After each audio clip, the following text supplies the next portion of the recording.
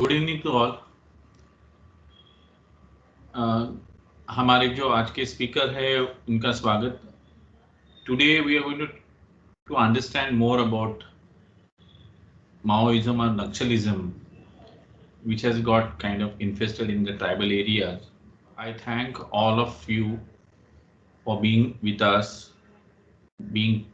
participate in this webinar, and I'm sure that with this kind of an enriched understanding, we all will be able to really act on certain things, do certain things which are necessary for tribal upliftment and welfare. So we will not just stop over here by just organizing webinars and talking to each other, sharing thoughts, but we all will become a little more active, because after all, when we all become active and do something for our tribal fellow brethren, then only their socio-economic condition will improve. Of course, we will try to, certainly we will expect that the tribal people should stand on their feet and they should no longer remain dependent on us, on civil society or the state. State has always tried to either make them very too much dependent on itself, or the state has totally neglected them at times.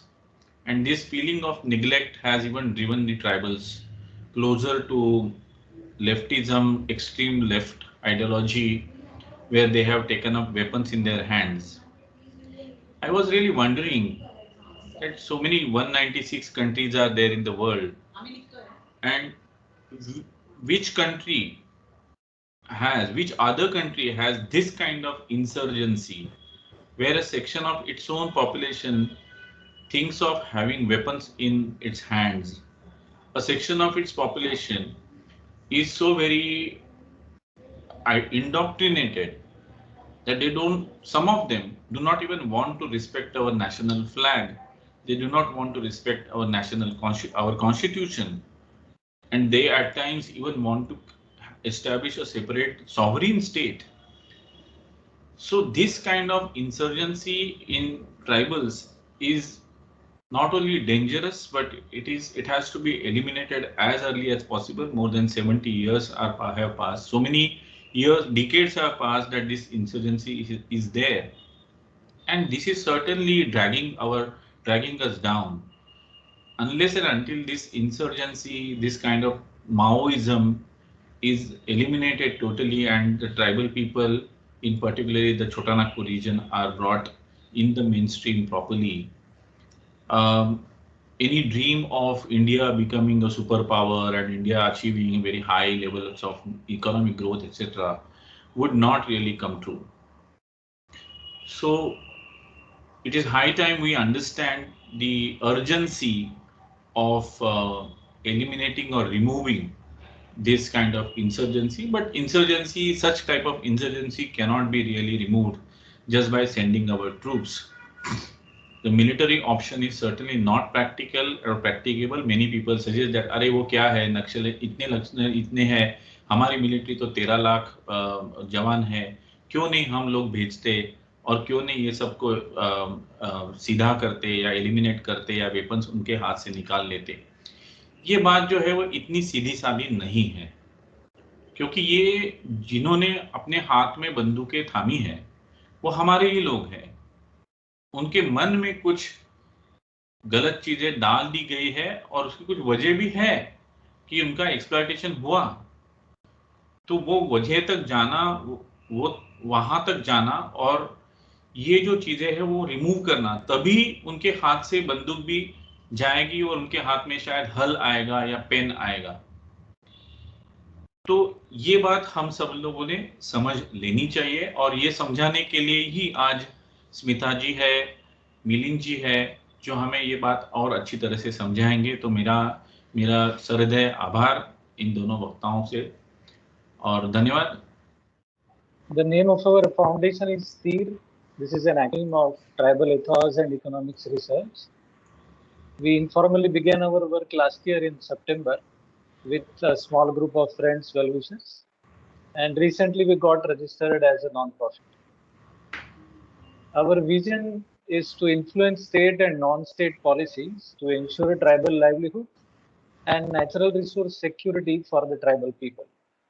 So we conduct field research and policy research to proactively examine and expose the impact of laws and policies on tribal ethos regarding natural resources and their economics. It often happens that people at large think of tribals as a different planet or a disconnected world. People assume that as we, as general urban citizens of India, have nothing really to do with the tribes. हमें क्या फर्क पड़ता है? That remains a big question throughout. I wish to throw some light on this. If you look closely, you will notice that the stability and prosperity of our tribal areas is crucial for both India's economy and ecology. Many major rivers are born in the tribal areas. Many water bodies that cities survive on get their water from sources in tribal areas.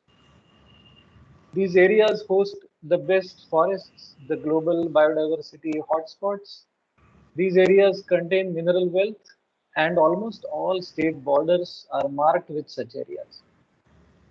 The tribal population largely depends on primitive farming and bring of forest produce for their livelihood. But it was only 12 years ago that the parliament recognized these livelihood rights of millions of tribal people.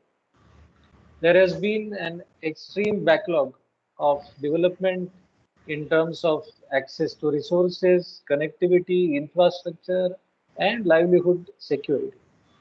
This is a result of colonial laws and bureaucratic stranglehold of resources. Injustice has perpetuated because of such systems. People are forced to take up violent means and are lured by extremists. Such extremism cannot be eliminated by mere imposing of state force. It needs better policies and administrative framework that will respond to people's aspirations. Fear exists to bring such policies. Currently, we are working closely with two state governments and with the central government's tribal ministry. And this lecture series is a humble attempt on our behalf to uh, spread the word, set the right perceptions among our urban friends in the academic world, professors, lecturers, students, journalists, activists. So I hope to have success of this element through this lecture series. Thank you for this opportunity. And I request my colleague Yogesh to introduce today's first speaker. Thank you. Thank you, Milind sir. And thank you all participants for finding time and visiting fourth day of National Webinar Series on Tribal Issues in Indian Political System. It's my pleasure to introduce our today's speaker, Captain Smita Gaikwad. Welcome, ma'am. I would like to introduce our speaker. Captain Smita Gaikwad is a former army officer with 16 years of diverse experience in corporate, social, research and academic sector. She is a published author on diversity and inclusion and left-wing extremism in English and Marathi. Gender diversity, community policing, and urban electoral list has been her areas of work in her earliest stint in social sector and corporate. She has been working as a researcher on the topic of Maoism since 2015. Her major focus has been urban dimension of Maoism. She has traveled to Maoist affected areas of Maharashtra and Chhattisgarh for her study on impact of Maoism on human rights of tribal population and the reasons of tribals joining and leaving Maoism. And also, Smita ma'am is a visiting faculty to Rashtriya Raksha University, Indian Institute of Democratic Leadership and other government institutes on the subject of left-wing extremism. With this brief introduction, now I invite Captain Smita Gaikwad ma'am for enlightening us on today's topic, impact of Maoism on tribals in democracy. Over to you, ma'am. Thank you. Good evening, everyone. First of all, thanks to Tir Foundation for giving this opportunity to share the experiences on impact of Maoism on tribals in a democracy. When we think of Maoism and tribals, so generally a question is raised that whether Maoism is for tribals or tribals are being used for Maoism. When I started studies on this subject, so in the beginning, I was a firm believer that Maoists are basically working for tribals. But as I progressed, my views started changing. As we go through today's presentation, you will understand why my views started changing and why this question that Maoism is for tribals or tribals is for Maoism is being raised. And at the end of this presentation, I think all of us can actually answer this question that whether it is the tribals being used for Maoism or Maoists are actually thinking seriously about tribals. So when we think of the impact of Maoism on tribals, so there is a need to understand some basics of this Maoist movement. So we'll just quickly go through the journey of this Maoist movement, and we will try to understand their objectives. So when we talk about the Maoist movement, which was also known as Nakshal movement because of the place where it originated. So Nakshalbari is the place where the revolt of 1967 happened. And that is how the name Nakshalism came into existence. Later on, it is also known as Maoism. So Nakshalism or Maoism can be divided into three phases. So the first phase is always considered from 61 to 72. So this is the time when the Srikakulam uprising took place. This is also the time when certain activities were started by CPM in Nakshalbari, Kharibari areas. They started forming committees in those areas and they started mobilizing peasants. And later on in 67, some killings happened and there was upsurge. And that was the time actually the nation started paying attention to what was happening in Nakshalbari. So it was basically the outcome of what was happening from 61 till 67. In 67, after Nakshalbari uprising, there was the party of CPI-ML came into existence in the year 69. And in the year 72, Charu Mazumdar died. So this phase is considered as the first phase.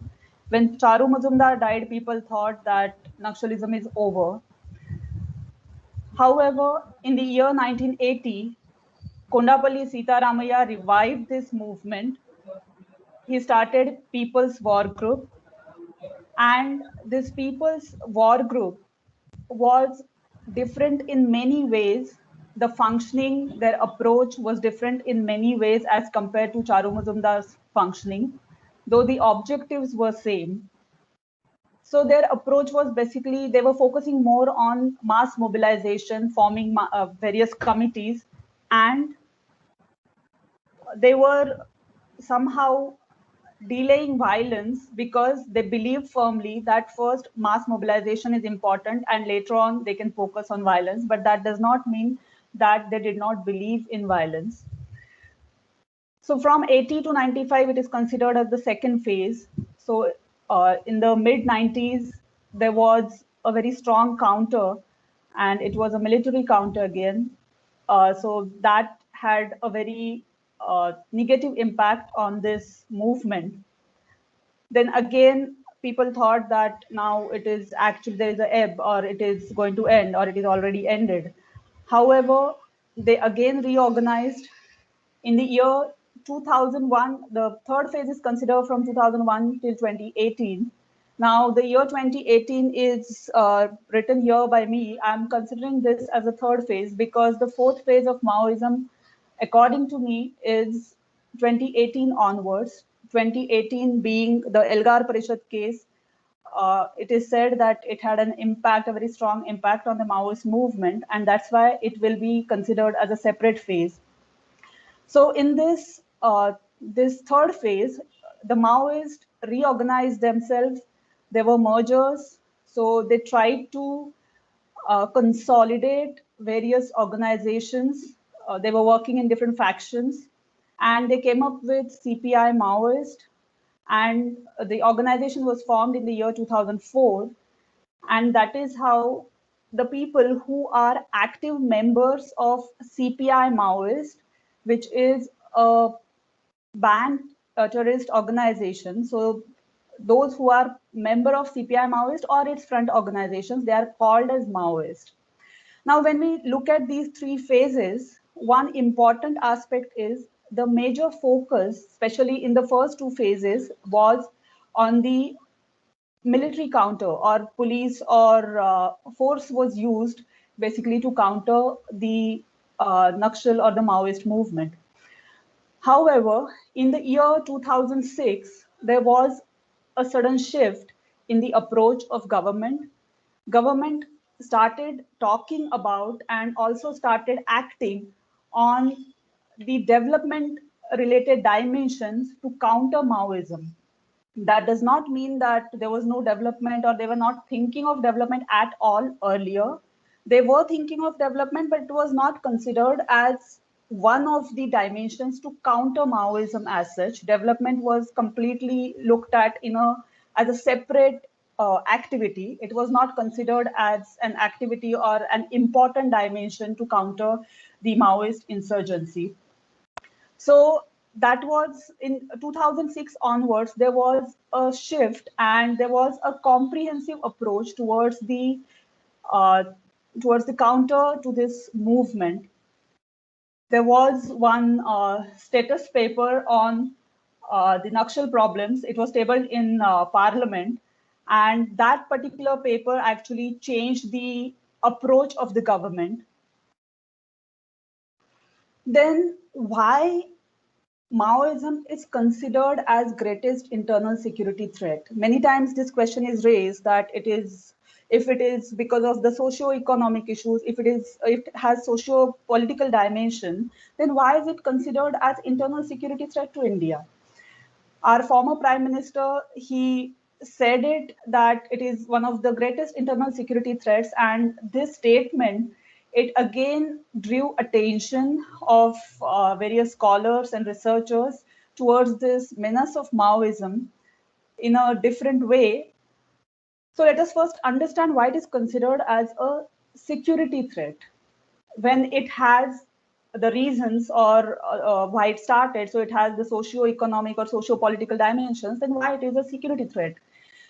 So let us understand, when in the year 1969, CPI-ML was formed, that time, the party resolution of CPI-ML, it clearly mentioned that the first and foremost task of their party is to rouse the peasant masses in the countryside, to wage guerrilla war, unfold agrarian revolution, build rural base, and finally, to capture the cities and to liberate the whole country. What does this mean?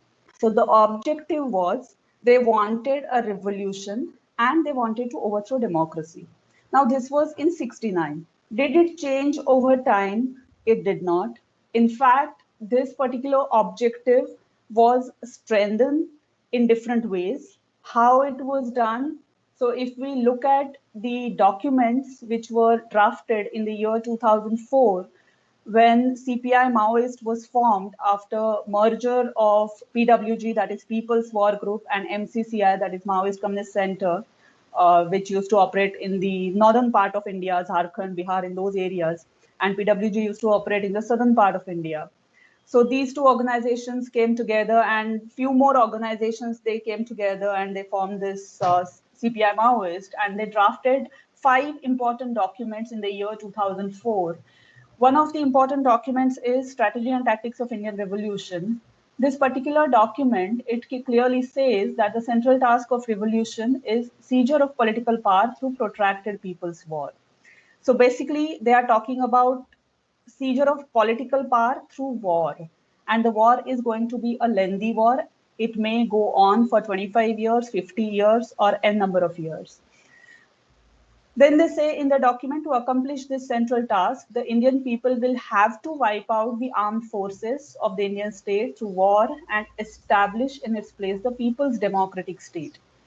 Now, whenever people read this particular line that they want to establish people's democratic state, that means they're talking about democracy. Now, here we need to understand that according to the Maoists, the current democracy is not the real democracy.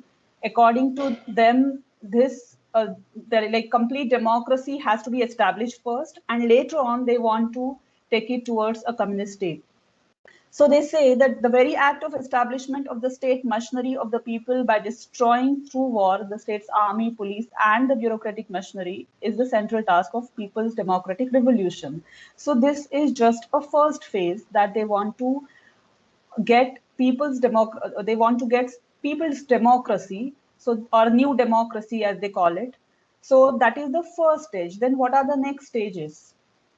So these are the documents which they drafted. So the crux of these are the 5 documents. So the crux of these documents is that the CPI Maoist will be the vanguard. MLM, that is Marxism, Leninism, and Maoism, will be their ideology.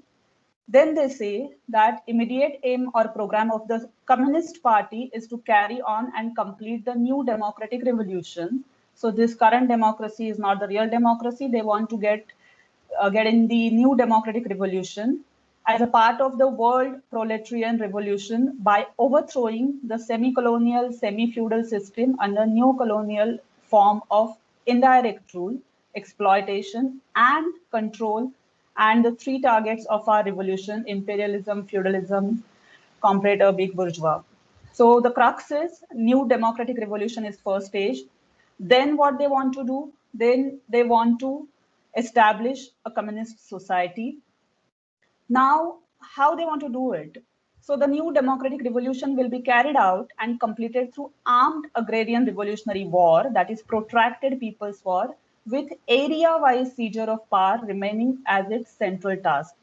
So the reason why Maoists are there in tribal areas is that they want safe bases because they want to seize power area wise. For that, they need a safe hideout, they need safe bases. And once their bases are strong, then they can expand. That is the overall strategy. And this strategy has been there since 69. There have been certain tactical changes. However, the overall objective has been same, and they are still working on it. So encircling the cities from the countryside and thereby finally capturing them will carry out protracted people's war. So that's the objective. The armed struggle, one more concern or one more reason why it is considered as the security threat is because the armed struggle, they say in the documents that the armed struggle will remain the highest and main form of struggle, and army as the highest form of organization of this revolution. Hence, armed struggle will play a decisive role. So without any hesitation, the Maoist leadership has been emphasizing on this since beginning, that armed struggle will be the way forward for them.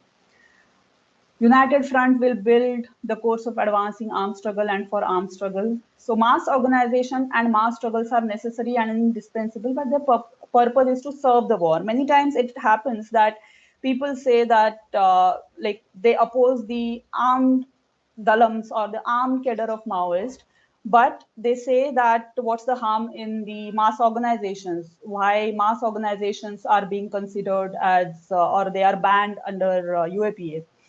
So the reason is this, that the mass organizations and mass struggles, they are not functioning separately or not functioning genuinely in the interest of people. They are there basically to serve the war. That's one of the reasons why they are banned. So this is one of the reasons why these Maoists are found in Dandakaranya, or why they ventured into Dandakaranya, because they want to form the guerrilla zones and progress. They say that there are three magic weapons. One is party, united front, and third one is armed cadre. So the party is their leadership, their politburo, their central committee members, and people who draft their policies. Then armed cadre is what we see, and most of the tribals, they form part of this armed cadre. If you see the leadership of the Maoists, it is basically like most of the leaders are from the educated lot. They are not tribals. However, the armed cadre who are used for the guerrilla warfare, and I'm using the word used for the guerrilla warfare. So they are just being used to fight that war and to die. And they are part of this second weapon that is called armed cadre. And United Front. So United Front is a combination of, or a network of, various mass organizations. So these three weapons, Maoists say that these are the weapons with which they are going to fight the war to establish the communist state. Now this is about their objectives. Now when this Naxalism started in 1967, and in 69 when CPIML was formed.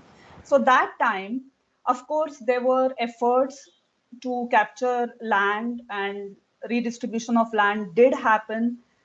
Many people, they got their lands back, or many zamindars, they had to give lands to the peasants. That had happened.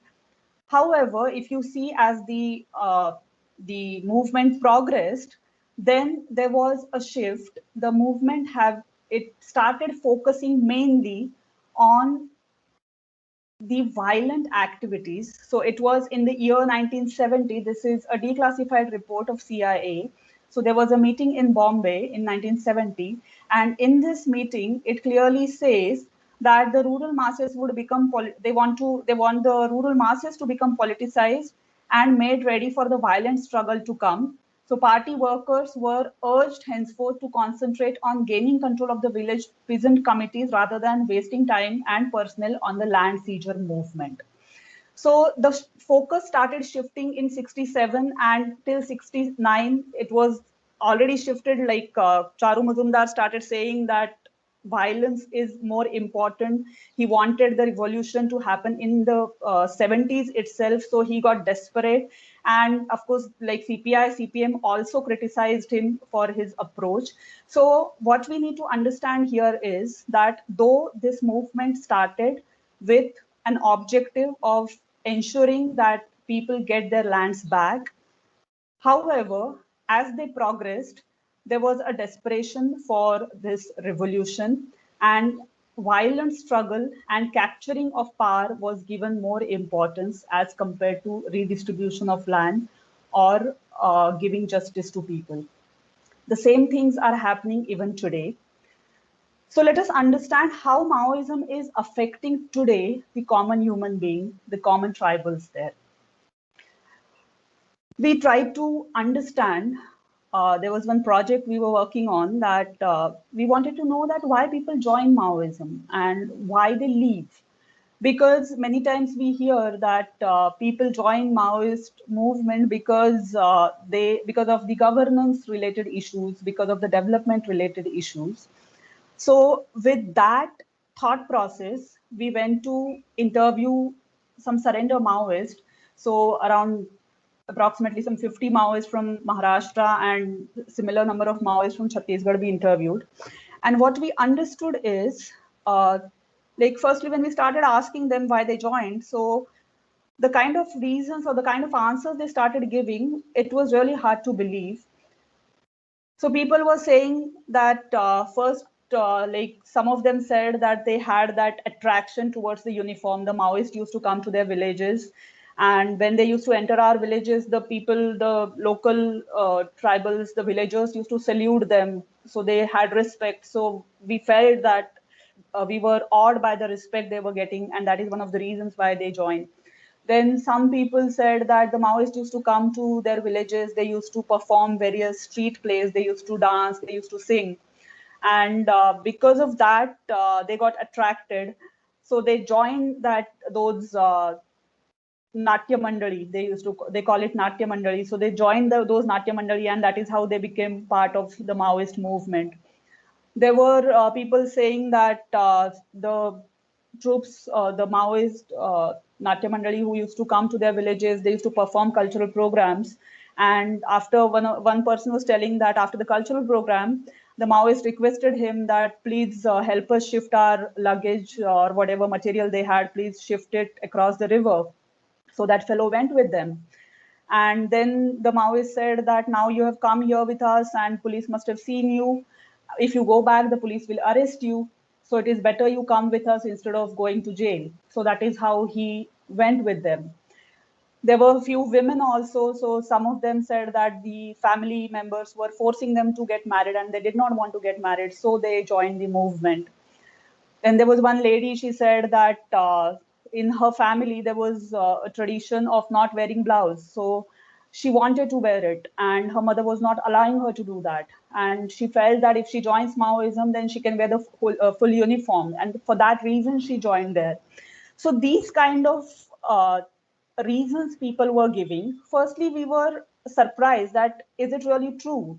But if we look at the age group when they joined there, so many of them were teenagers when they joined there. So like in their 15, 16, that was the age bracket when most of them joined. So just imagine ourselves in that age group, and that is the time when we are just figuring out that which stream or which education stream we should go to or which college we should select.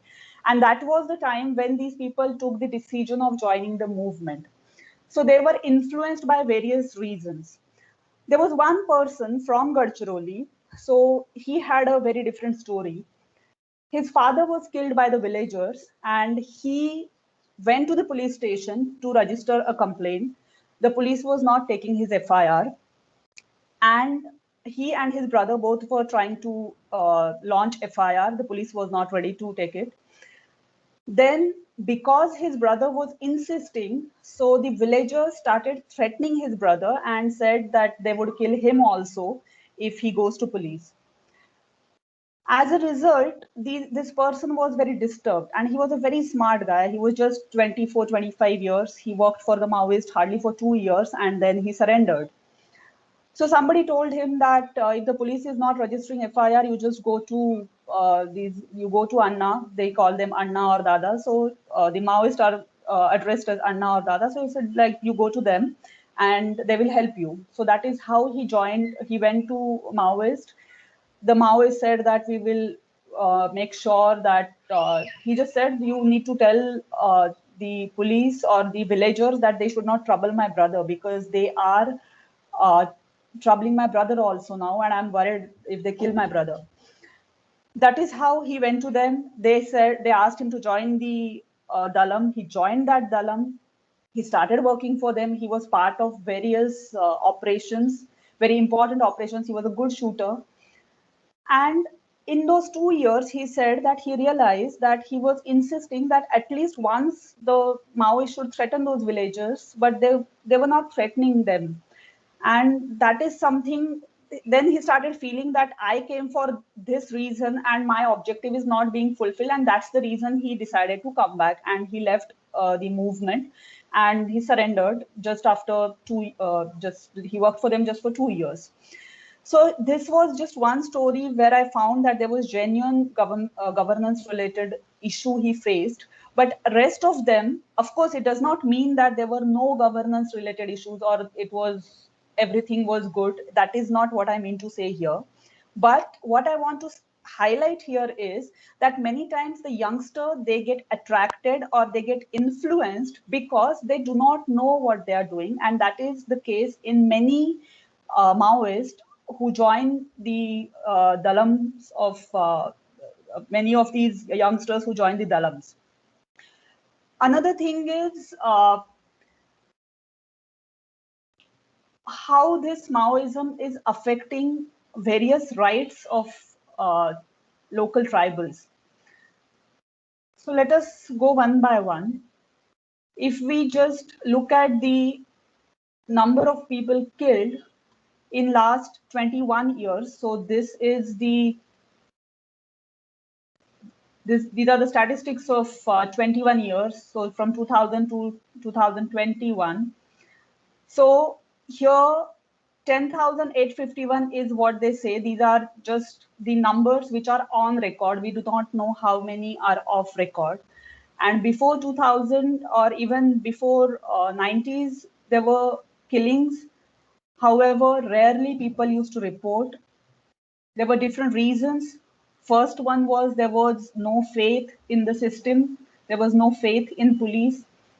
Secondly, there was fear of Maoist. Like if we go and report, what would happen? What the Maoist would do? That kind of fear people used to have.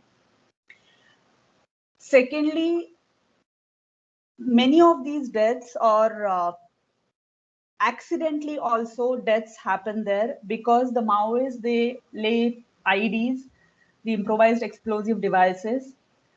I think after 90s, they started using IEDs extensively because IEDs are easy to make and the kind of impact or the number of killings they can achieve through IEDs is comparatively higher as compared to shooting with a rifle. So that's the reason Maoists focus on IEDs and they use this extensively. But what happens is many times innocent people also get killed because of these IEDs planted for security forces. The photograph of this young girl here, the left corner photograph. So this girl, she was going with her mother and she was going to see a doctor as she was not feeling well. So for nature's call, she just went roadside and she happened to step on one of the IEDs planted for security forces and she died on the spot. The like her body below her waistline, it was completely like there were not even pieces available. So it was that this is just one of the examples. There are so many such examples that cattle or even human beings, they get killed. Innocent tribals, innocent villagers get killed because of these IEDs. Villagers are constantly under threat. One thing we need to understand here, when Maoists went to these tribal areas, they started taking up certain initiatives, some health related initiatives, some rights related initiatives. Like, for example, they started focusing on initiatives like giving right kind of compensation or ensuring right kind of compensation to the tribals. So the Tendupata contractors, they used to pay less to the tribals. So the Maoists ensured that the tribals, they get higher amount. And that is how they started winning hearts and minds of people. Once they achieved that, they started imposing their ideology. They started imposing their thought process on the villagers. They started ensuring that the villagers act as per the Maoist thought process or as per the need of the so-called revolution for which the Maoists were working. So some villagers were okay with it, some villagers were not okay with it. So when any villager is against the Maoist thought process or against their way of functioning, then those people were either killed or threatened by the Maoists. So the villagers are constantly under threat because of these Maoist activities. So thus it is threat to their life, there is threat to their liberty and their security also. Just some more examples. The left photograph, the left corner, where it is written that Yugendra Meshram sir, Yanchi Tsukka. What is the mistake of Mr. Yugendra Meshram? So who was Mr. Yugendra Meshram? He was one of the teachers from Gadchiroli. He was killed by the Maoists. Why was he killed? And this was, I think, it was in the year 2019. Why was he killed? Because according to Maoists, he was the informer of police. So Maoists, they have their separate teams who provide them intelligence. So according to those teams, Yugendra Meshram had, he was working for police and he was giving information to police. So there have been several instances wherein Maoists kill the villagers just because they suspect. They do not have evidence sometimes. They just suspect that these people are police informers. So Yugendra Meshram was one such person. According to Maoist, he was a police informer, so he was killed. When he was killed, he had a daughter, 4 years old daughter, and his wife was pregnant. I think she was 4 months pregnant that time. After his death, there was a very serious protest in that area. People were against this killing, and they repeatedly raised a question that what was his mistake? He was not a police informer either. Later on, Maoists came up with a press note saying that it was a mistake, and the kind of information they got from their intelligence teams that he was a police informer, that was wrong information, and they killed him by mistake, and they apologized for it. These kind of things have happened earlier also. If you see the photograph, the left corner photograph, vehicle toppled and people are dead. So this particular incident took place in Chhattisgarh. So there was a marriage party. They were traveling in a vehicle. The Maoist thought, again here, they thought that it was a police vehicle, and they thought that police is traveling in that vehicle. So they blasted that vehicle. All people were killed.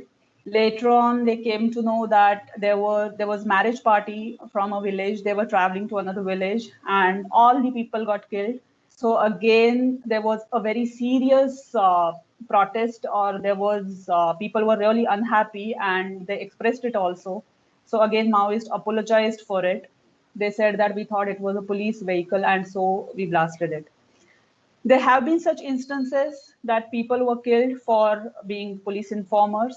There have been instances that the Jana militia members, so Maoists, they have the Dalam members. So Dalam members are those who actually take weapons in hand and actually fight. They are the guerrillas. And there are people from Jana militia. So what the Jana militia member do is they basically they provide information to the Maoist, or they provide logistic support to the Maoists. So many times there have been instances that the Jana militia member give wrong information to the Dalam members, or just to settle own scores, they give wrong information intentionally also, and Maoists kill people as a result of that wrong information. Now let us just quickly take a look at the surrendered Maoist. Now these are 4 surrendered Maoists whose example we are going to discuss. So they are all tribals. The person, the left side photograph, that is Bhagat Jhade. This fellow, he was working for Maoist. I think he worked for some 8 or 10 years. Why he joined? So he said that the Maoists used to come to his village, and they used to ask that who is the smartest youngster from their village. So people used to tell his name. And then Maoists started giving him certain responsibilities, like just to buy some shoes or buy t-shirts from some shops. So those kind of responsibilities he started getting, and that is how slowly they started they brainwashed him, and they recruited him. He worked for them for 8 to 10 years. And why he left? So what happened is his real brother got selected in police. And the Maoists, they said that you work for police, you join police, but you work for us. That means you provide information to us. So somehow Bhagat Jhade's brother did not agree to that. So the same Dalam for which Bhagat Jhade was working for all these years, the same Dalam killed his real brother. And Bhagat Jhade was shocked that this Dalam for whom he was working for so many years, so his own people killed his real brother, and that was an eye-opener for him. And that is the reason he left Maoism. He was telling us that when he was given the responsibility of the first killing of his life, so there was some Jamindar from that area, and he was given, he was just told the name, and he was asked to kill that fellow. So he went there, he asked the name, he didn't see that fellow earlier, he never knew that fellow, and he just killed him and came back. He said he vomited after coming back, he could not have food that day. So this is the situation. The tribals, they are being turned into ruthless killers through this movement. And it is not that is the objective of their life, or it is not that they do it for their own rights as such. Somehow they are made to believe that they are doing it for their rights or their Jal Jangal Zameen.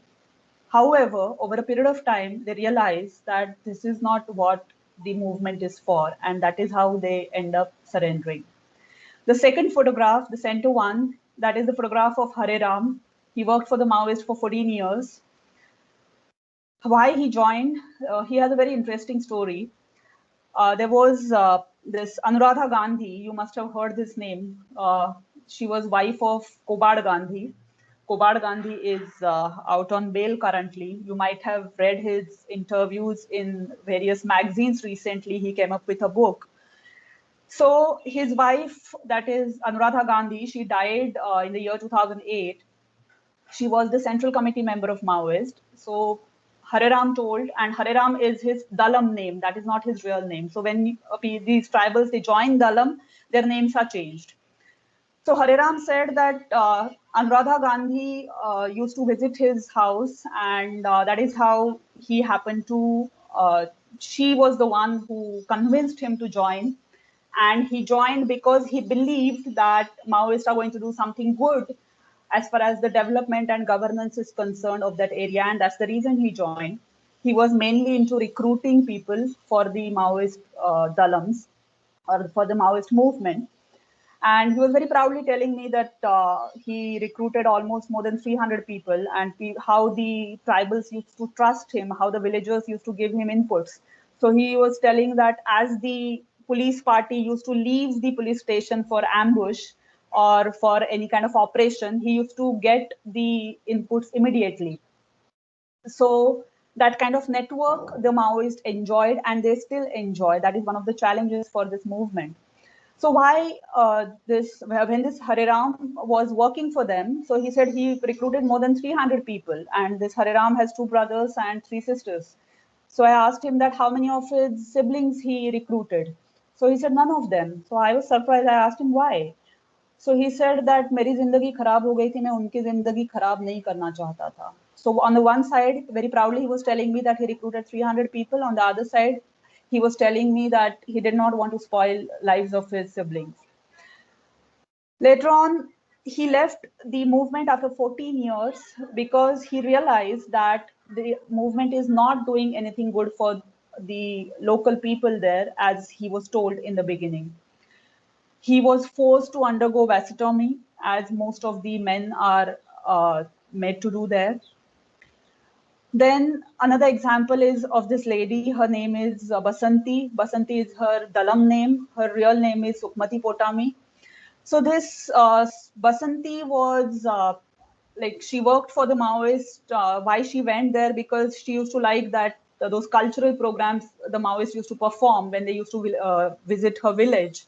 So that is the reason she joined them. Why she came back? Because she got married in that Dalam. So people can get married in the Dalam, but they cannot get married for initial 1 year, and the rules keep on changing from time to time. And the marriages are very interesting marriages, that more than marrying to each other, it is kind of marrying to the movement. So certain vows they have to take with weapon in their hand. So that is how their marriages are. So she was married, and her husband died in one of the encounters. The Maoists did not tell, even they didn't bother to tell her that her husband died in one of the encounters. Later on, she came to know about it after a few days. Second thing is, during the Salvajudum time, her father and her uncle, they were against Maoist. They were supporting Salvajudum. And again, the similar story as it happened in case of Bhagat Jhade. So this Basanti's Dalam, the Dalam for which she was working, the same Dalam killed her father and uncle, and she was really, like, she was shocked that she worked for them for so many years and they killed her father and uncle only. So she decided to surrender. However, it was not easy. One thing we need to understand that Maoists take it very seriously, or it is a kind of a big damage for them when even a single Maoist surrender. So if a Maoist gets killed, that is all right for them because that is a matter of pride for them. But if a Maoist gets surrendered, then it is considered as a shameful thing, and that actually affects the morale of the Maoist. So they make sure that people don't get to surrender. So it was not easy for her to leave.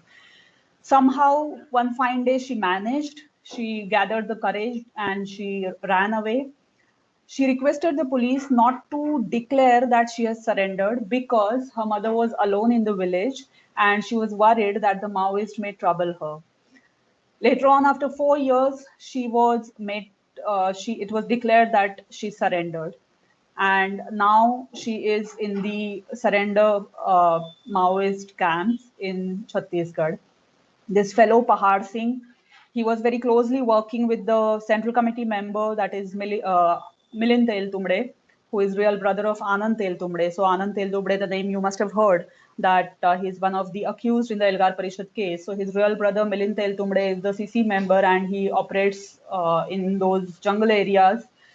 So this Pahar Singh used to work with Milind Teltumde, and Pahar Singh said that most of the leaders are from outside, and if any encounter happens or if any arrest takes place, then all these outsiders, according to him, they suspect the local people, the local tribals, even if they are working in the Maoist movement, then too they are suspected. And he somehow was not very happy with that kind of environment. And later on, over a period of, he worked for them for some 12 years. And over a period of time, he also realized that the Maoists are like, as they promised, the reason he joined was like for Adivasi Asmita. He said कि आदिवासी अस्मिता के लिए हमने join किया था, but somehow he realized that it was not working or it was not exactly for that reason, and that's the reason he left. Now let us just quickly go through a few examples of the local tribals, how they suffer. One thing we need to understand here that the Maoists do not allow to any constructive leadership flourish in that area.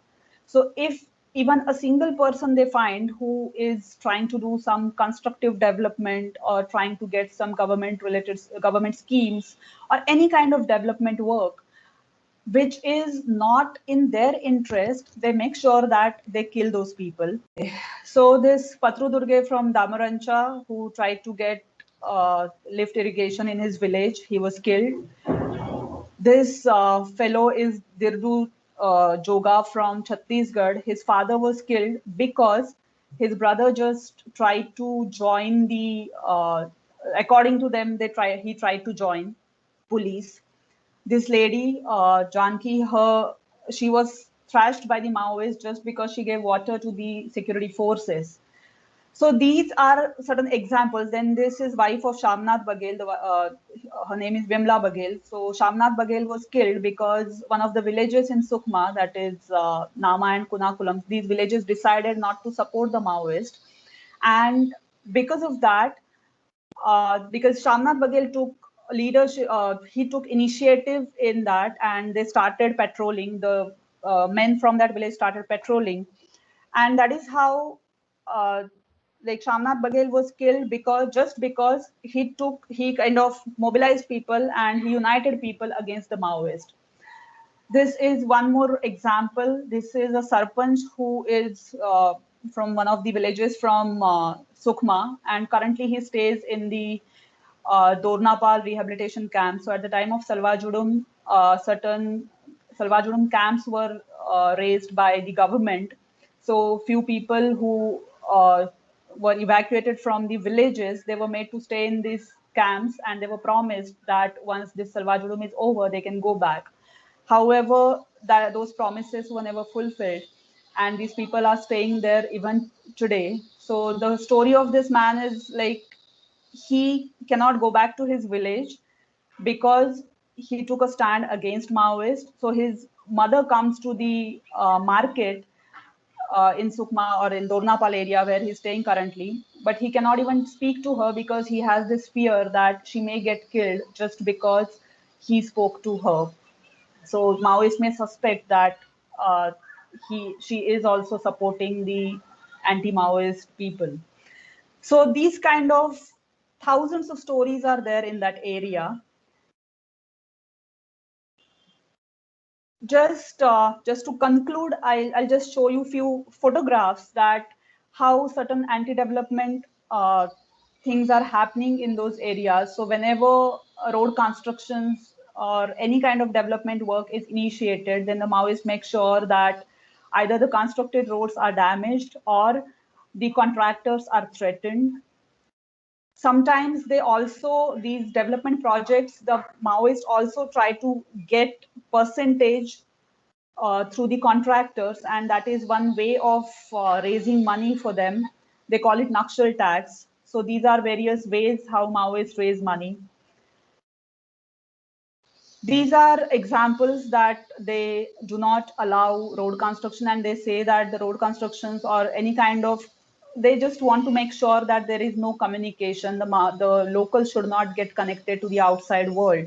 So they also try and damage the mobile towers. So whatever mobile towers are there currently, most of them are in the CRPF premises. So the CRPF camps are established first whenever the security forces go there. So the CRPF camps are established first. And once they neutralize that area, then police comes and they start their work.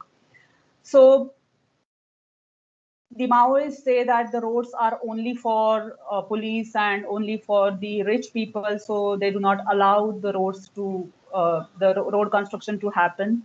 They do not allow celebrations of 15th August or 26th January also to happen.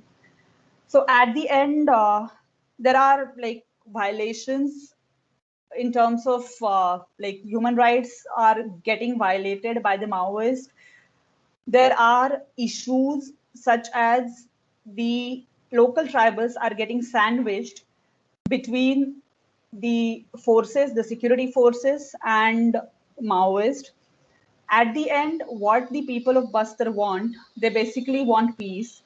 There have been several instances, there have been certain attempts also, and the recent attempt is going on wherein certain organizations are working on making sure that the government and the Maoists, they come together for peace-related discussions, because according to them, at the end, whether it is Maoist is killed or security forces or the DRG, or the district reserve guards are killed. So finally, the person being killed is a tribal.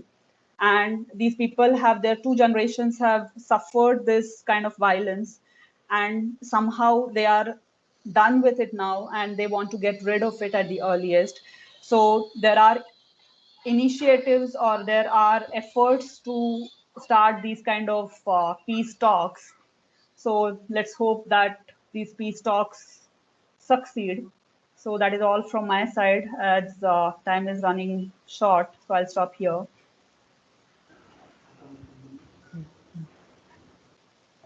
Thank you, ma'am. So I would like to take questions from chat box. Okay. So there is one question from Akanksha Mishra. Divisive ideology of Maoism has impacted the culture, traditional way of living of tribal society. Okay, so how it has impacted, that's what Yes, you're saying, right? yes. So one thing is, as I said, that they are constantly under threat. That is one. Second thing is, if the if the tribals, if they have to go out or if they have to do any activity, they have to take permission from the Jana militia member. If the Jana militia members are not convinced, are not satisfied, or if the person is having some issues with the Jana militia member, some kind of personal issues, then the Jana militia member makes sure that any kind of celebrations, any kind of movement does not happen. Just to give you an example, there was one case that a lady wanted to get hospitalized. One of the NGOs working there said that the lady had to be hospitalized because her health was really suffering. So she said that she had to go back and take permission and then come back, because otherwise she would be considered as a police informer. So one thing is, because of the because they are constantly under threat, so it is affecting. Second thing is, few people, they do support the Maoist, few people do not support the Maoist. So it is kind of that division is happening there itself. Third thing is, the Maoists are also like they are kind of imposing certain things even on the children. So many, like one thing is, they started with the Bal Sanghatan. So what, through the Bal Sanghatan, they tried to impose Maoist ideology or anti-democracy thought process amongst the children. So what has started happening is, the local people, they started keeping their children away. They do not want to keep their children in their villages because of the fear that the Maoists may force them to join the Dalam. And if they refuse, then there will be a problem. So because there is a serious ebb in the recruitment. So because people have started, one thing is, people have started shifting because of this violence and threat. Second thing is, people have started keeping their children away.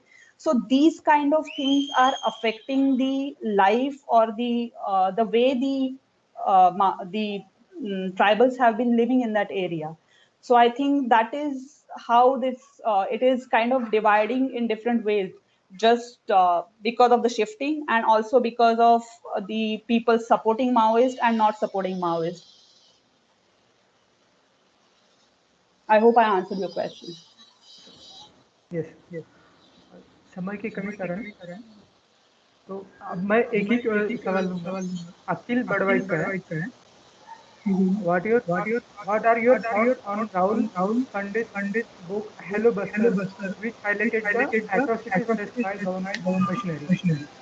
Yes, it was surely there. It is a very comprehensive book, very beautifully described, and he actually described the realities. And I would suggest, if you want to understand the Maoist movement, then that one book we must read. Secondly, like I could not cover the rest of the slides, so I wanted to highlight both the things. Like, it is not just that there have been instances in the beginning, especially in 80s, 90s, that the police did not know how to deal with this menace. The police did not know how to kind of make sure that the innocents do not suffer. Over a period of time, they changed. Like, even if you read Rahul Pandita's articles now, he also says the same thing. So whatever is described in Hello Buster, of course, it was reality. Even in Devendra Gavande's, there's a Marathi book by Devendra Gavande. So in that book also, he describes the kind of issues were there. The tribals used to face so many issues because of bureaucracy, because of police, because of forest officers. And that was the reality, no doubt about it. So whatever is described in Rahul Pandita's book, that's the reality. That was the reality for sure. And now things have changed a lot. As I said, 2006 onwards, somehow government started believing that, okay, development is something we need to address. We cannot just keep on forcing people or keep on imposing military related things, or just keep on deploying security forces. So now the approach is three-pronged. One is security forces, another is development, and third thing is surrender policies. Because the more people surrender, it is more demoralizing for the Maoists. Earlier, people joining there, they did not have a way, I mean, they couldn't come back. So those kind of issues were solved, though they were solved late, but they are solved now, and things have changed a lot after Hello Buster was written. सर्वांचे प्रश्न घेता येत नाहीत. एक compliment आहे ma'am मेधा परडी यांच्यातर्फे. तर तुमच्या पूर्ण सादरीकरणाबद्दल त्यांनी लिहिलेलं की अंतर्मुख करायला लावणारं आणि साध्या सहज शब्दात व्यक्त होणारं तुमचं सादरीकरण होतं. मी सर्व पार्टिसिपेंट्स तर्फे किवाई कॉलेज आणि तीर्थ धन्यवाद.